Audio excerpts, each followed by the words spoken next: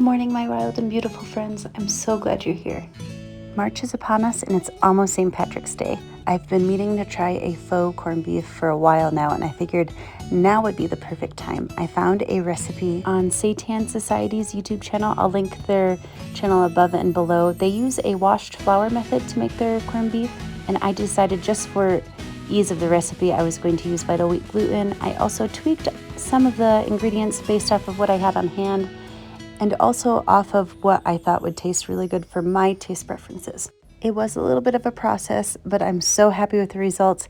I feel like I could really control the ingredients in this and get something that's quite healthy but still has that faux meat texture. So if you want to see how we make it, keep on watching.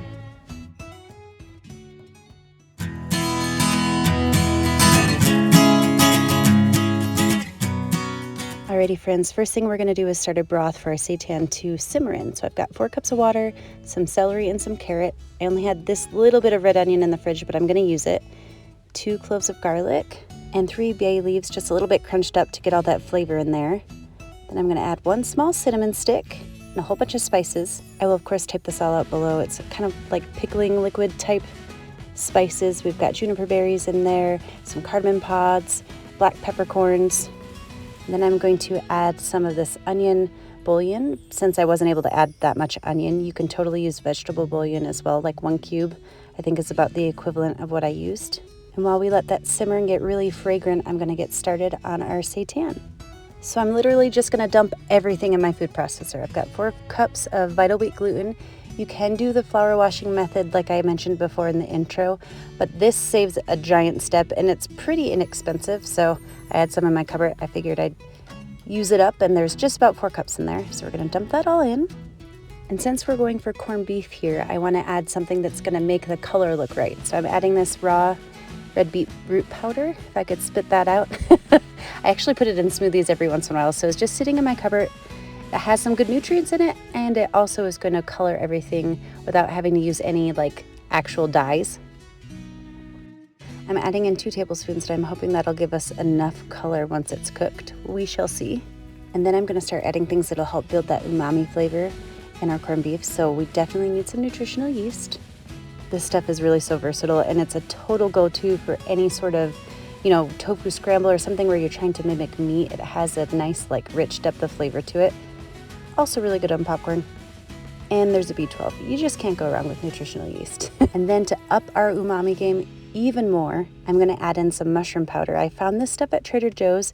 It's pretty widely available now. You can also make it yourself, but it really was quite inexpensive, and it adds just such a rich flavor to anything you're making that you want to kind of have more of a meaty flavor to. So I totally recommend checking this out. I've been putting it in soups a lot. I put it in my tofu scramble in the morning. Super good.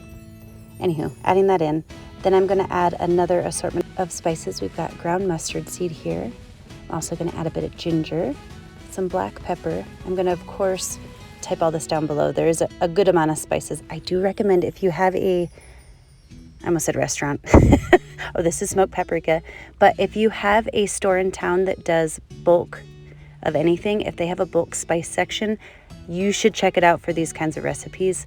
You can spend $3 instead of spending $30 on spices that you may or may not use again. Plus it keeps everything fresh. So little pro tip for the people who want to commit but not totally commit to totally filling their spice cabinet with stuff they may or may not use. Now I'm throwing in some coriander that I had in my spice cabinet already. And then we're going to add some pickle juice. Cloves and pickles are where it's at. If you know, you know. They're nice and crunchy and garlicky.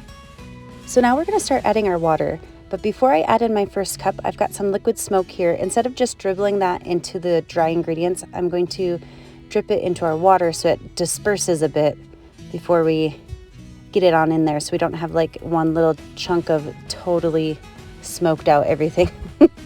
So I'm going to pour this in, and we're going to get this onto our stand and start it blending up. I'm going to add 2 cups for now, and then we're going to kind of see where we're at once we start blending everything. Okay, lid is on. We're pulsing here just to kind of get it started. You can see it's turning pretty pink already. It's been about 10 seconds. It's already starting to kind of turn into a dough a little bit.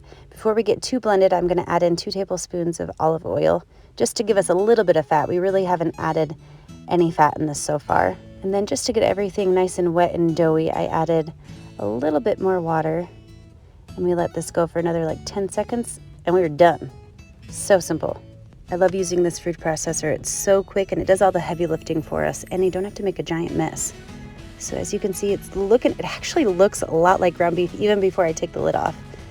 You can see all that texture in there. It's got almost like the stringiness in raw meat. It has that similarity. It's kind of creepy. But this is looking great. I'm just going to pull this out of the food processor, steering clear of that blade there, and we will get it onto the counter real quick to get it ready to simmer. So since our food processor did most of the kneading for us, I'm essentially just trying to put this back together into a single loaf shape. So once I've kind of got it kneaded into like one mass, I'm gonna go in and kind of like how you'd make a roll or a loaf of bread, just like fold it onto itself, and then that'll be our bottom part where that seam is.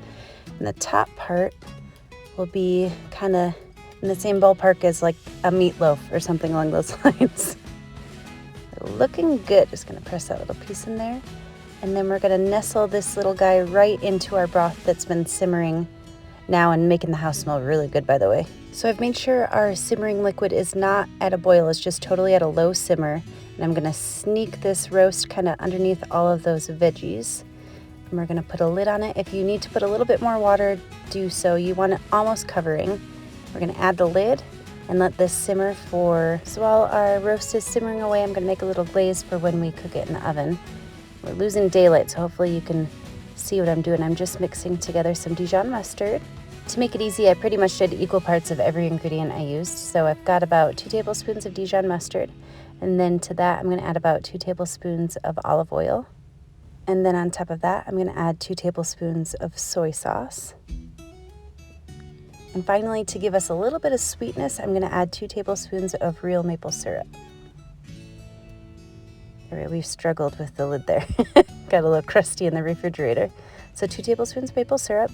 Then I'm just gonna mix this together with the silicone brush that I'm gonna use to baste our roast once we get it in the oven, and that'll be ready to go when we transfer it over.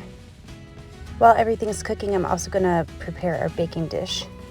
So I've got a 9 by 13 baking dish here, should be plenty of room. I'm just grabbing a little bit of parchment paper and crinkling up the sheet so I can get it to fit in here really nicely, just to make it a little easier to clean. So crinkling parchment paper is really helpful if you've got kind of a funky shaped dish. It helps it kind of manipulate a little bit more easily. This is a pretty basic dish, but it's gonna help us press it in. So crinkled it up, pressing it in, and we are just about ready to add our roast to our baking dish. It's been about an hour. It's smelling quite good in this kitchen.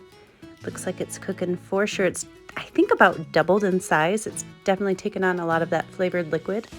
I think all of those spices and getting that broth simmering the way that we did is gonna definitely be worth it in the end. It soaked up a lot of those flavors. So then I'm just taking a spatula, it's really heavy, and another wooden spoon to transfer it over onto our baking dish here. Pull out a little clove, a couple cloves, and juniper berries.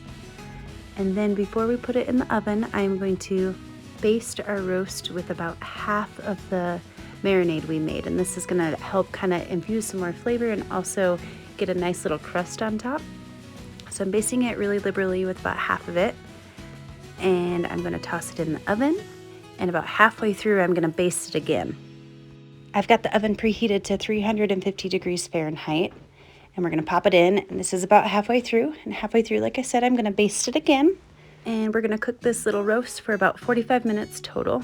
Now this is the part, obviously, that takes a little bit more time, so as you can probably by the time I finished with that, lost some daylight, so the lighting's a little funky. I'm gonna cut into it just so you can see, but then I think I'll show you the rest the next day. So it's smelling amazing, looking really juicy. Let's give it a cut and see what it looks like. Definitely really meaty off the bat. I'll take that little end off and see if we've got, it's a little pink. It definitely looks a little bit more brown than I was hoping. Maybe next time I'll add a little bit more of that beet powder. Let's see if I can show you. Super juicy. Does definitely have a meat texture and a meat look. It still has that little bit of pinkness in it. Let's give it a try. really juicy and flavorful. I think I will let this sit in the fridge overnight so I can try to get a thinner cut on it, more of like a deli meat style, and I think the lighting will be a little bit better for filming.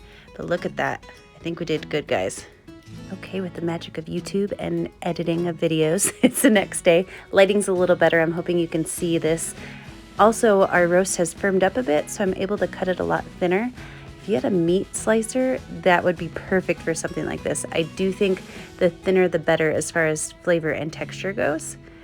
It looks a little bit more like roast beef to me. It's not super pink, but you can definitely see that pink in the middle there.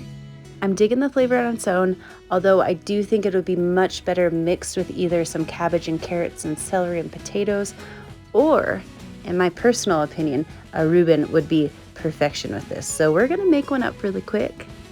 I'll type up below exactly what I use, but essentially I'm gonna cut these as thin as I can get them. I have fried them in a frying pan and melted vegan cheese on top. Vegan Swiss or vegan provolone work perfectly. And then I'm gonna load on some sauerkraut and a bit of makeshift Thousand Island dressing. And by makeshift, I mean I didn't have vegan mayo, so I used some of my garlic sauce. It's called Toom. I will link the recipe because you probably need it in your life if you like garlic at all. I mixed that with some ketchup and a bit of chopped up pickles, and we've got a delicious, better than regular Thousand Island if you ask me, sauce. And we just kind of stacked it all up onto this gorgeous rye bread. And guys, this is the way to eat this corned beef if you ask me. Definitely satisfying. I also tried this open face without the bread, super good as well. The corned beef is good, but it's definitely better with some punchy flavors added to it. And it's got a ton of protein in it, so I really don't think you can go wrong. And that, my friends, is how I made the Untamed Olives version of corned beef.